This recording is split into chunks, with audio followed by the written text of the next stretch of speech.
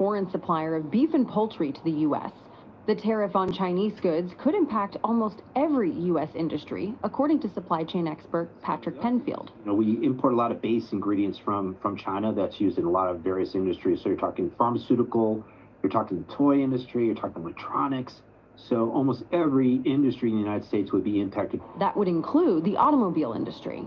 How many of these cars? We recently spoke with New Jersey car dealership owner Tom Maioli. It's not just the vehicles, it's the parts that go in the vehicles. And those parts come from all over the world. And as those tariffs come in, depending on where those parts come from, it's going to impact every vehicle, SUVs, cars, hybrids. And the gas that powers those cars could also cost more. The U.S. imports oil from Canada. Analysts say a tariff could lead to higher prices at the pump. Kelly O'Grady, CBS News, New York. After heated confirmation hearings last week, two of President Trump's most controversial nominees face crucial Senate committee votes today. The Senate Finance Committee is scheduled to take up the nomination of Robert F. Kennedy Jr. as Secretary of Health and Human Services. And the Senate Intelligence Committee is set to vote behind closed doors on the nomination of Tulsi Gabbard to be Director of National Intelligence. And the FBI is facing a deadline of noon today to turn over to the Justice Department the names of employees who worked on cases related to the January 6th riot at the U.S. Capitol.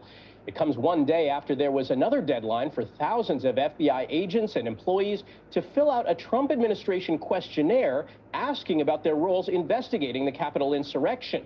There's concern the president could be taking retribution against those involved in investigating January 6th. Secretary of State Marco Rubio says El Salvador's president is offering to accept deported migrants from the U.S. of any nationality, including violent American criminals currently in prison. Rubio made the announcement during a signing ceremony on an unrelated matter with El Salvador's foreign minister following a meeting with the president. After Rubio spoke, a U.S. official said the Trump administration has no current plans to deport American citizens. Salvage crews will resume the work this morning of pulling the mangled wreckage of American Flight 5342 from the Potomac River outside the nation's capital. They're also still looking for victims killed when that jet collided with an Army helicopter last week. CBS's Chris Van Cleve has the latest on the investigation. Crews began lifting pieces of the American Airlines regional jet that crashed into the Potomac River after Wednesday's mid-air collision. Among them, the midsection of the plane's mangled and upside-down fuselage, one of the plane's engines, and a wing, as efforts continue to recover all 67 crash victims. We have positively identified 55 sets of remains. During recovery and salvage operations today, additional human remains were located. NTSB investigators have accessed the plane's cockpit data recorder, which shows the airliner was flying at about 325 feet around the time of the collision. Deputy Director of Army Aviation, Colonel Mark Ott. Is there any reason why Army helicopters would be flying above that 200-foot line as it appears in this case? It's important for us to not speculate because there are all kinds of reasons that you could deviate from an altitude.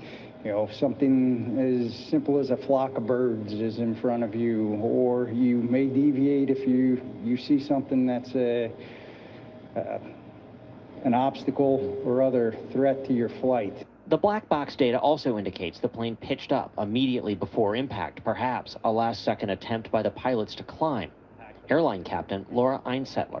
What's going on in the cockpit 325 feet up with the runway in sight?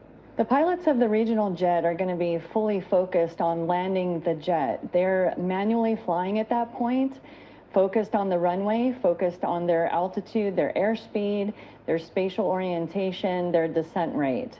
The second plane crash Friday in Philadelphia capped the deadliest week for American aviation in more than 2 decades and has rattled the flying public.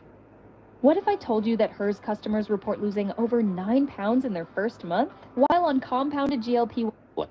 Absolutely as safe as we possibly can.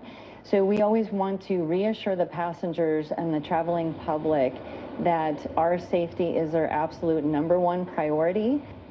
The effort to identify additional victims is ongoing as the salvage effort will turn its attention next to recovering the cockpit of the crashed airliner.